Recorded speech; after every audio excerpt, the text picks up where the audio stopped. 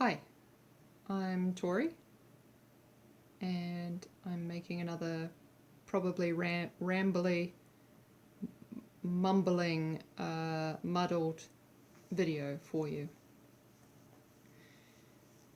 Talking about what's been going on for this past, however long it's been since I last made a video. I'm not great at keeping track of time.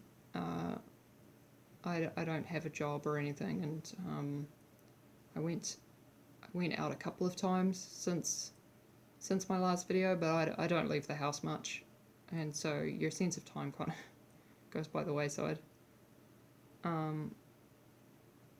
But yeah, I did get into town once, and I tried to go to the library, and they were closed, and that was really disappointing.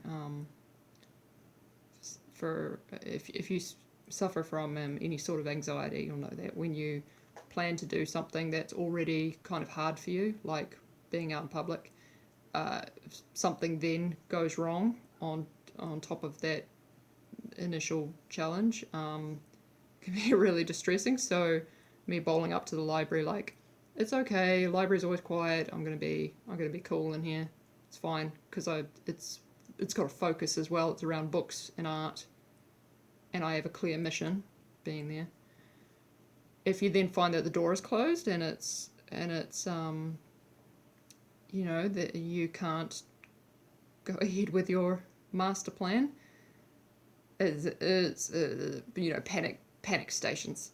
So yeah, I was in a situation where I had to then kill a couple of hours time because I was waiting to pick up mum, and didn't really know what to do. And there was a cafe right there next to the library that was open, but then that's also always a way up. Like, okay, but cafe staff generally would like to speak to you, and they look like they're super friendly, and you didn't want to be super social. You just came to hide in the library and maybe say hello to the librarian, but now there's potentially this awkward, there's something about sitting down at a cafe table that feels very vulnerable. You know, you're in a library, you can kind of like hide yourself away in a little corner behind maybe, you know, shelves and shelves of books, and you look busy, right? You've got your head in a book, you're focused, and you're there doing your thing. In a cafe, you're open to all of this sort of social stuff. So, you know, I took a deep breath, and I'm lucky. I've had a lot of training for handling anxiety around these sorts of things, and took myself in, decided not to return my overdue library book because I can carry that as kind of a security blanket, and parked myself down. Sure enough, the staff were really nice, and but there weren't too many other people in there. There was just a couple of patrons, and I was able to sit, get my library book out, order a cup of tea, piece of cake. Fine, right? You know, not a big deal. Yeah, so normal, normal. In my book, it's a huge achievement.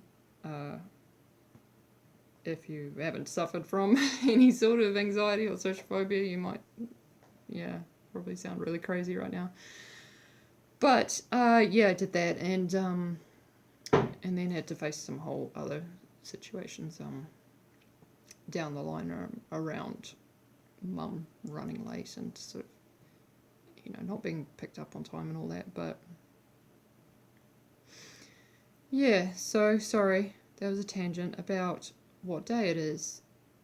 That's how easily that can happen when you're here listening to me.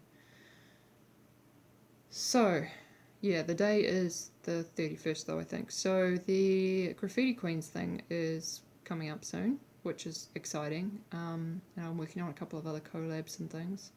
Collaborations are a great way to refocus, focus on what's important, and distract yourself, because I know there's a lot of people in the same boat as me at the moment who aren't selling. It's been a week for me, but others have gone on a lot longer with no sales in NFTs.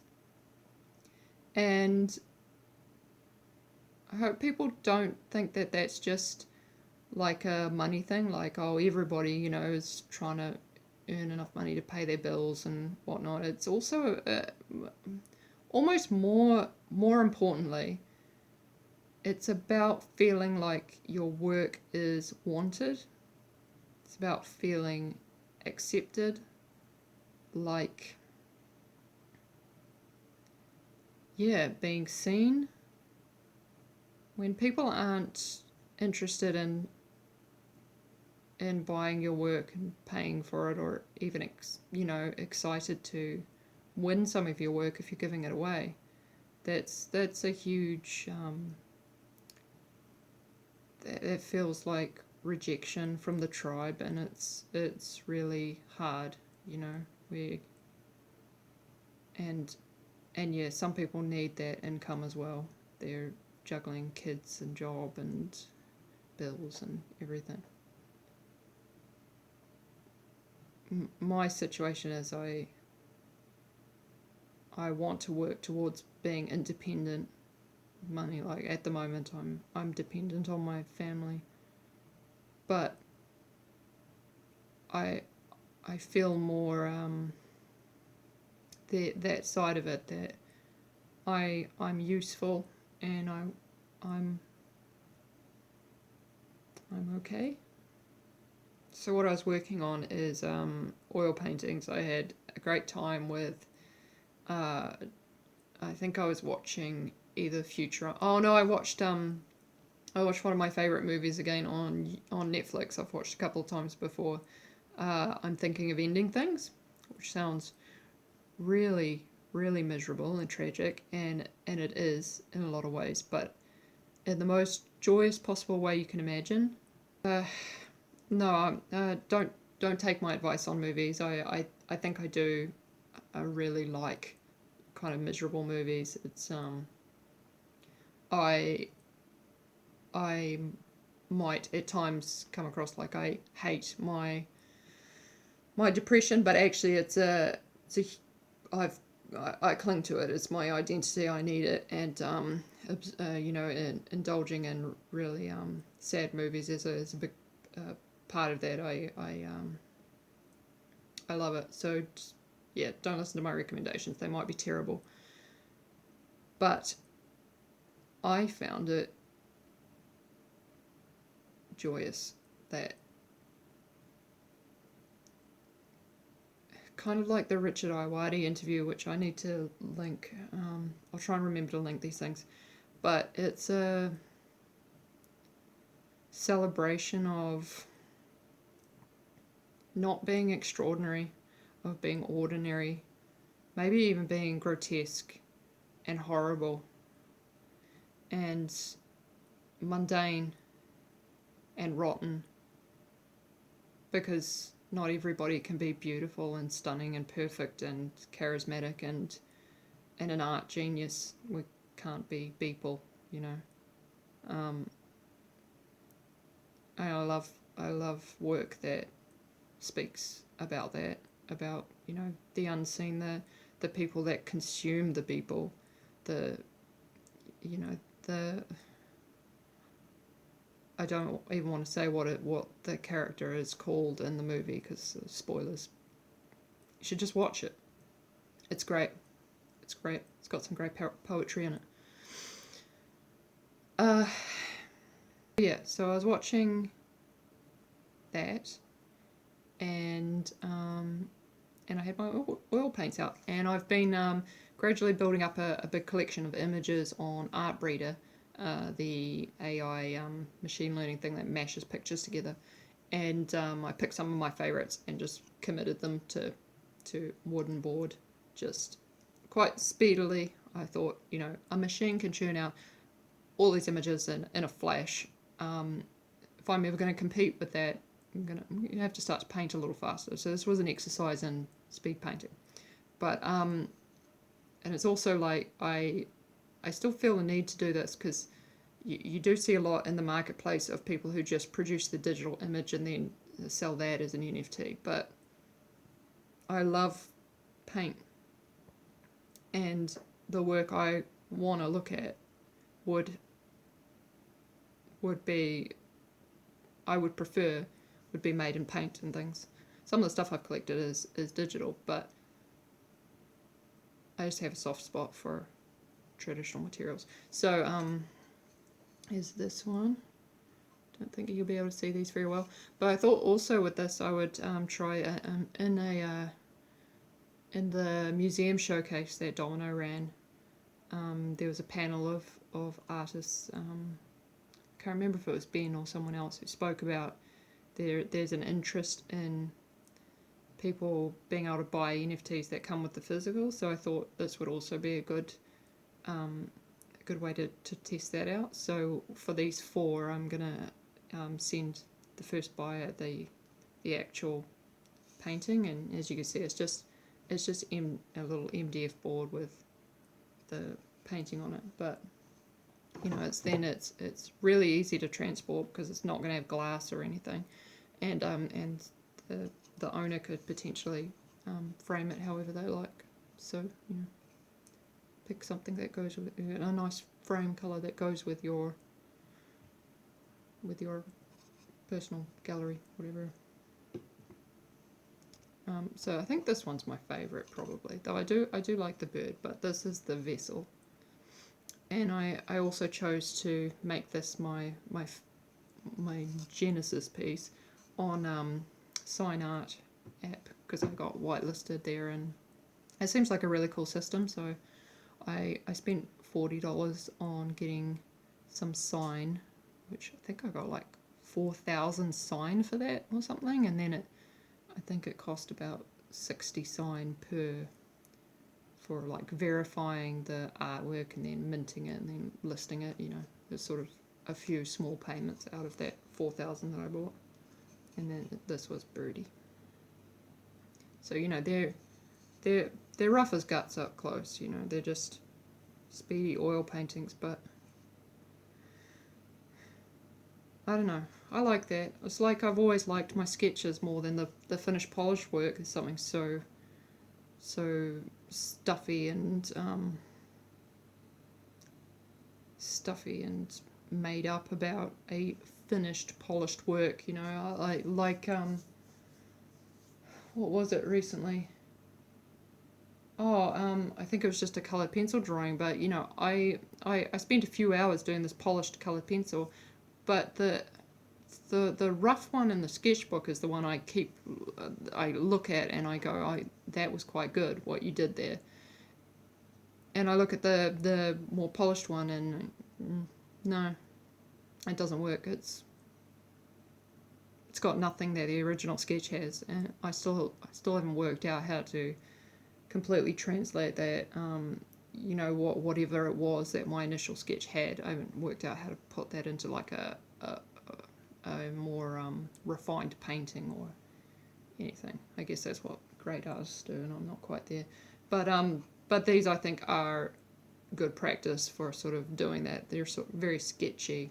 They're pretty rough, and I have battled with that. You know, trying to not let myself go back and mess with it. It's hard because I look at it and go, that's wrong. I should fix that.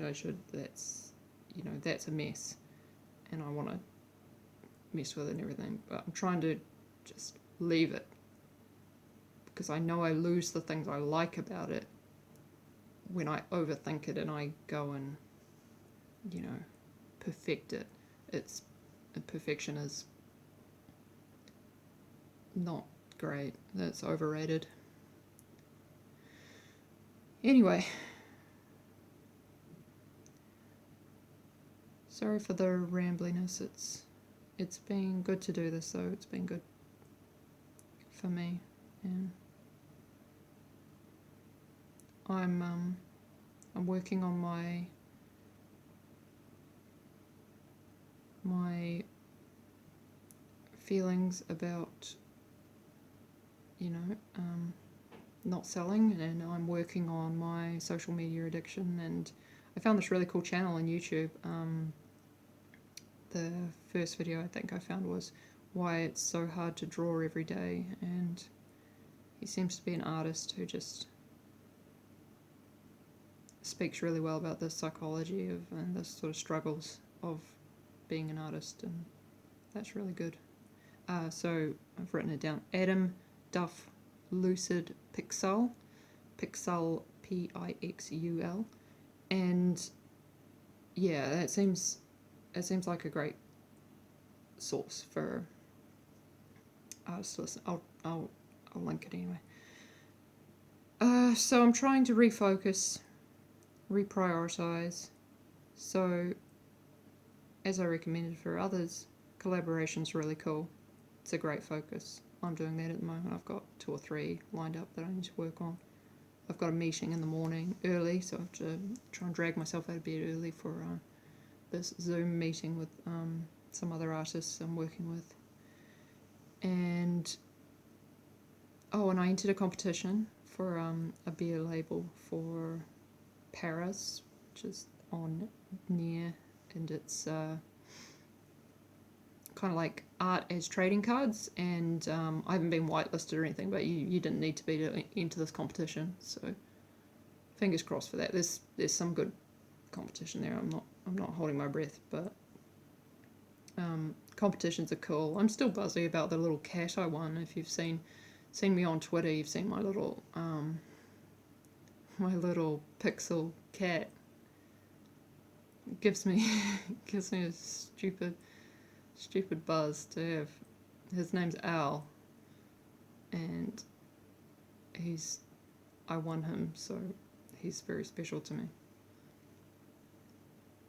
And yeah, hoping to give away more humans, but I sort of only have a couple of people sort of maybe interested in following that. That's right. They end up with the whole collection, no harm. And yeah, thanks to everybody who tweets at Nick Cage GIFs and Nick Cage related content, because that too makes my day better. Thank you, Cake, for the Nick Cage threads, because it's not getting old. I still love it. And Calico, who I can always count on to share the Nick Cage's face on Miley Cyrus doing the Wrecking Ball video. It's perfection every time, and I can just stare at it and feel a lot better about my day. So thank you, and looking forward to the next pool party, because there's definitely been still some good regular pool parties, but let's hope for more in future.